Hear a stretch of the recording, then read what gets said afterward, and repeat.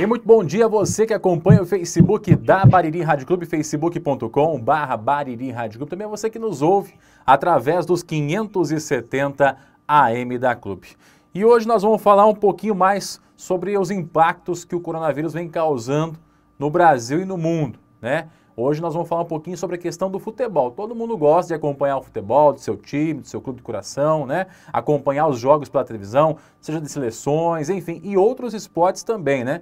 Que estão todos com competições suspensas. Para falar um pouquinho sobre isso para a gente, nós vamos falar agora por videoconferência com o Maurício Noriega, que é nosso companheiro, nosso parceiro, trabalha lá na Sport TV, comentarista esportivo e que também está vivenciando de perto esses impactos. Ele está com a gente aí por videoconferência. Alô, seu Maurício, bom dia.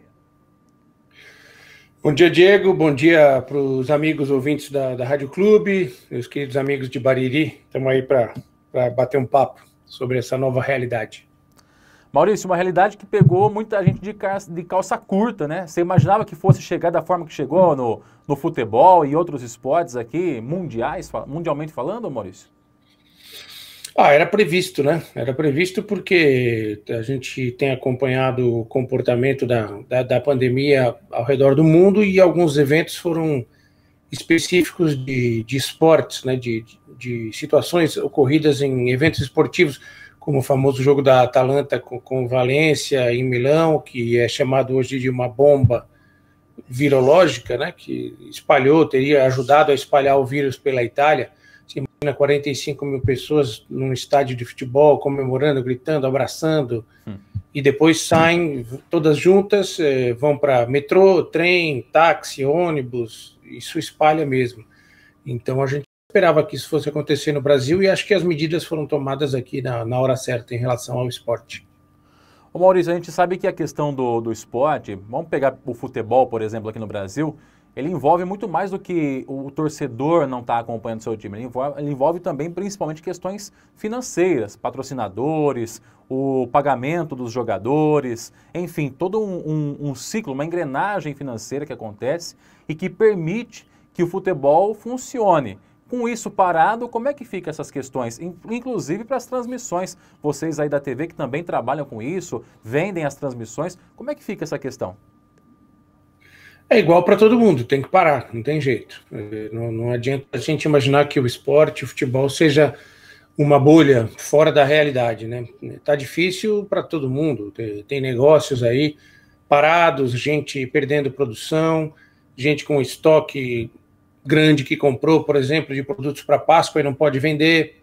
Então não tem como, é impossível pensar em jogo de futebol hoje, impossível. A gente tem que esperar uma situação bem melhor do que a que a gente tem hoje, pensar nas pessoas que hoje fazem parte do grupo de risco e daquelas que também não fazem parte do grupo de risco. Não tem outra solução para essas semanas, talvez mais um mês, 40 dias. Quem puder ficar em casa e esperar. O futebol vai ter que esperar, não tem jeito. Há ferramentas para atenuar o prejuízo, mas todos nós vamos sair com um prejuízo dessa situação, né? Prejuízo financeiro. Espero que a gente saia melhor como seres humanos, como cidadãos, né? Pessoas mais solidárias. Mas não tem jeito.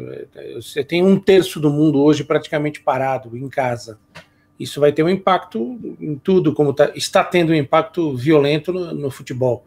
As entidades que cuidam no futebol, elas têm o dever agora de financeiramente ajudar clubes, jogadores, funcionários, para passar esse período. Repete-se no futebol o que acontece no Brasil, em qualquer país do mundo. É hora dos governos intervirem. Eles precisam injetar dinheiro na economia, não tem jeito. É uma questão global, envolve a todos nós. Acho que a prioridade hoje é salvar vidas. Falando um pouquinho mais da questão burocrática do futebol, nós estamos com o Campeonato Paulista paralisado. O Brasileirão nem se sabe se vai ter início, né? Aliás, com essa pandemia transcorrendo, o seu pico previsto para o meio do ano, é até arriscado ou é fácil dizer que futebol para esse ano está totalmente comprometido, Noriega? Não, está comprometido. A gente imagina que ele vai voltar, mas ninguém faz ideia de quando ele vai voltar. Por isso que as pessoas que cuidam do futebol, elas têm que estar trabalhando com todos os cenários possíveis, né?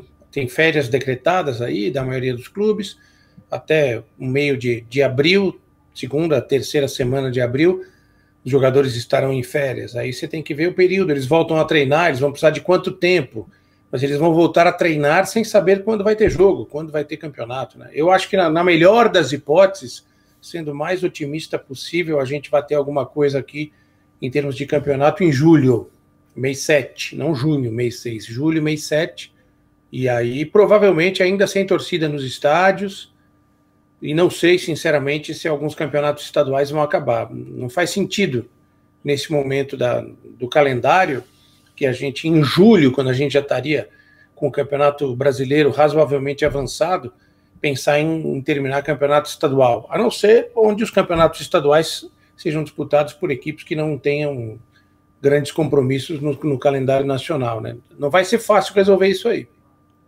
Vai virar uns amistosos grandes e duradouros aí até o final do ano, pelo jeito, né? Não, acho que o Campeonato Brasileiro ele vai acontecer, o Campeonato Brasileiro e a Libertadores, se a gente tiver esse cenário, que em julho a gente possa ter o campeonato rodando. Aí você tem que ver com a Libertadores, com a Sul-Americana, a Copa do Brasil. Óbvio que o calendário está previsto para acabar na primeira semana, na segunda semana de dezembro, por exemplo. Não, isso não vai acontecer. Você já teve 20 dias de férias agora, tem que jogar esses 20 dias para dezembro. A gente provavelmente vai ter jogo de futebol até as vésperas do Natal, por exemplo. Então, e uma possibilidade muito grande de invadir janeiro, o calendário de 2020 ser encerrado somente em 2021. Eu acho que é uma hipótese bastante razoável essa. Se assemelha daí com o calendário europeu também, né? Que ele pega um pedaço de um ano e um começo do outro ano também, né? Mas no nosso caso, Diego, eu acho que vai ser uma emergência. Sinceramente, vai ser uma emergência, não vai ser definitivo. Até porque tem uma série de questões que são bem mais complicadas do que simplesmente pegar o nosso calendário e adequar ao europeu, eu acho.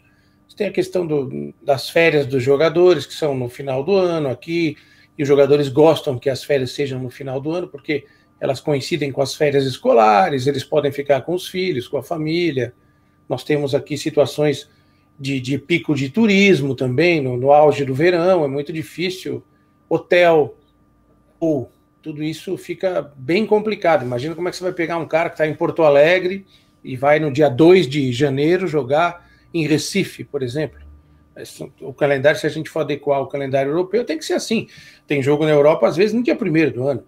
Então, ou véspera de Natal, dia 26. São coisas que, para a nossa cultura, eu acho muito difícil de serem adequadas ou até aceitas. Ô Nori, essa transferência aí da Olimpíada de 2020 para 2021 também pode impactar de uma forma geral no mundo esportivo, como um todo? Já impactou. Muita gente tem uma programação feita para competir em julho, agora. O esporte de alto rendimento, os caras trabalham com etapas, né? Eles vão crescendo, projetando o seu melhor desempenho para a semana, para aqueles 15 dias da Olimpíada. Isso já está perdido, não tem mais jeito, o cara tem que recomeçar. Aí tem os pré-olímpicos, muitos não foram disputados, tem vaga aberta. No caso do futebol, por exemplo, que tem aquela limitação de idade, isso vai ter que ser mexido. Então, eu estava vindo outro dia no Bem Amigos, o Zé Alberto Guimarães participou, técnico da seleção feminina de vôlei. Muitas atletas têm planos, um plano maravilhoso de serem mãe, por exemplo, serem mães. E elas vão ter que mexer nisso, porque estava programado, tem a Olimpíada em julho, depois eu quero dar uma paradinha porque eu quero engravidar, vou projetar isso. Então isso é bem complicado. O impacto é muito grande. Difícil a gente falar que não vai haver alteração. Já houve alteração no trabalho, na projeção de muitos atletas, inclusive na questão financeira, né, da perda de patrocínio e tudo mais. Bom, nós estamos falando com o Maurício Noriega, ele que é comentarista da Sport TV, atendendo ao nosso pedido, está aceitando bater esse papo na manhã de hoje, segundona, ele que está lá em São Paulo. São Paulo, né, Noriça? Está aí? Estou em São Paulo. Mudou muito a rotina para vocês aí? Bastante, né? Eu tenho ficado 90% do tempo em casa, algumas vezes ainda saio, vou para a TV, que a gente faz algumas transmissões ao vivo do estúdio, mas raro. Confesso que saio de casa com medo, né? todos os cuidados estão sendo tomados lá na Globo, com muita higienização, muito cuidado, distanciamento. O número de pessoas trabalhando é muito menor hoje do que no normal, mas você sempre tem medo, né? Porque é uma situação desconhecida, né? Eu não estou no chamado grupo de risco, mas ninguém sabe o que pode acontecer. Então a gente tem procurado fazer as participações na maior parte do tempo via internet, de casa, né? Nós temos um programa hoje que é completamente feito pela internet, né? Que é o Redação Sport TV, Home Office, com o Marcelo Barreto, que os comentaristas todos entram das suas casas, e assim a gente tenta ir tocando, porque a saúde está em primeiro lugar hoje. Para finalizar, Nori, eu queria que você falasse um pouquinho a respeito dos clubes que nós temos hoje disputando os campeonatos aqui no Brasil. Antes dessa parada aí, nós víamos Palmeiras, Flamengo, despontando aí como clubes que poderiam apresentar um resultado diferente nesse ano de 2020, ou manter o seu resultado positivo, como foi o caso do Flamengo. Você acha que eles são os maiores prejudicados com essa parada? Não exatamente, viu, Diego? Acho assim, tem um clube que foi muito prejudicado, que eu vou ficar no caso nosso aqui de São Paulo. O maior prejudicado para mim nesse momento foi o Santo André. O Santo André era a melhor campanha do Campeonato Paulista, né? A mesma pontuação do Palmeiras, à frente nos critérios de desempate, e ele não tem mais time para a volta do campeonato. Os contratos dos jogadores do Santo André acabam agora, em abril, porque era a previsão de término do campeonato. E o Santo André não tem calendário para o final do ano, não tem campeonato de Série C, Série B, Série D para disputar. Então, os jogadores já estão indo embora, estão indo para outros clubes. Aqui, falando especificamente do Campeonato Paulista, eu vejo mal prejudicado o Santo André, e outro que foi muito prejudicado com a parada foi o São Paulo, porque o São Paulo vinha crescendo, o São Paulo vinha apresentando futebol de boa qualidade, né? Embora não fosse o time grande com a melhor pontuação, você tem o Palmeiras com a melhor pontuação, mas o São Paulo vinha numa curva ascendente, né, para usar um termo da moda hoje, das curvas, né? Ele vinha melhorando muito o seu rendimento de futebol, conseguindo bons resultados, projetando esse crescimento para as fases eliminatórias numa situação muito boa. Então, quando interrompe isso, tinha jogadores em boa fase, Daniel Alves jogando muito bem, o Pablo se recuperando, o modelo de jogo sendo compreendido pelos jogadores, talvez fosse entre os times grandes o que tivesse naquele momento da parada apresentando o melhor futebol. Então eu vejo que perde muito. Para a volta é muito difícil a gente saber, porque ninguém sabe quando vai voltar e como vai voltar. Essa é a incógnita em relação aos times de futebol, saber quando eles vão voltar e em que condição eles vão voltar, porque tem muito jogador que pode se beneficiar da parada, que estava com lesão, voltando a disputar jogos, ele vai ter um tempo melhor para se preparar agora, vai fazer uma outra intertemporada.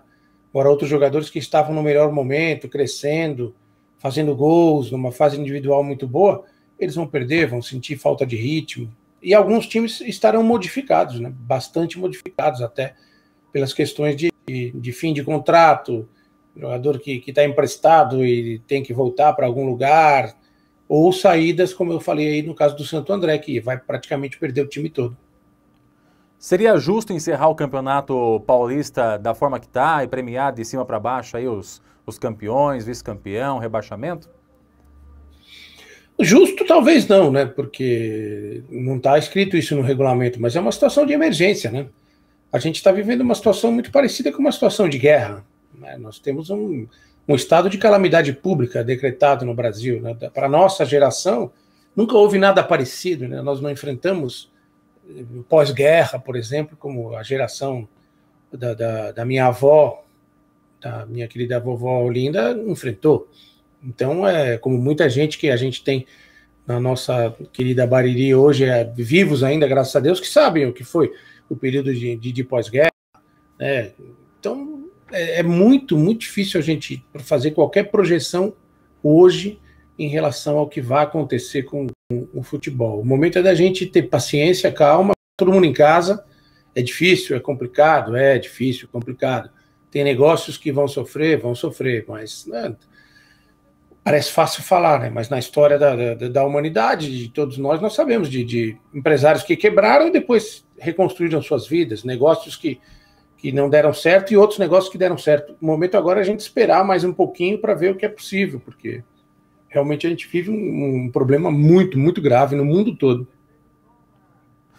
Nori, obrigado pela sua participação, pela disponibilidade de falar com a gente, sempre que possível. É claro que agora tem que ficar um pouquinho longe aqui de Bariri, né? Mas sempre que possível estamos aí para poder falar com você também. E, é claro, mando um abraço do pessoal, toda a equipe da Sport TV aí. Estamos acompanhando de longe aqui, estamos torcendo para que isso seja resolvido o quanto antes. Estamos com saudade dos comentários do Noriega aí nos jogos de futebol. Eu, particularmente, nos jogos do Palmeiras, viu, Nori? Mas é claro que cada torcida tem aí a sua preferência. Obrigado pela participação, Noriega.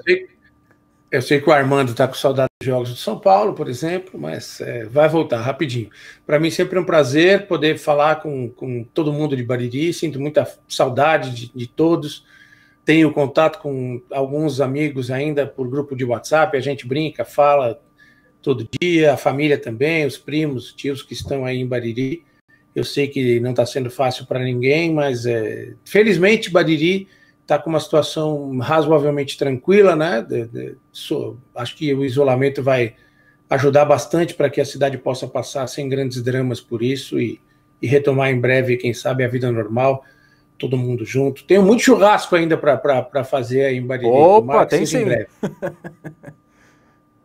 Maravilha, gente. Obrigado mais uma vez e a gente vai finalizando por aqui. Você que acompanhou aí pelo Facebook, o nosso muito obrigado. Você que ouviu pelos 570M aí, também o nosso muito obrigado. Dentro de instantes, essa transmissão está disponível na íntegra, na Linha do Tempo. Obrigado, pessoal do Facebook, e até a próxima.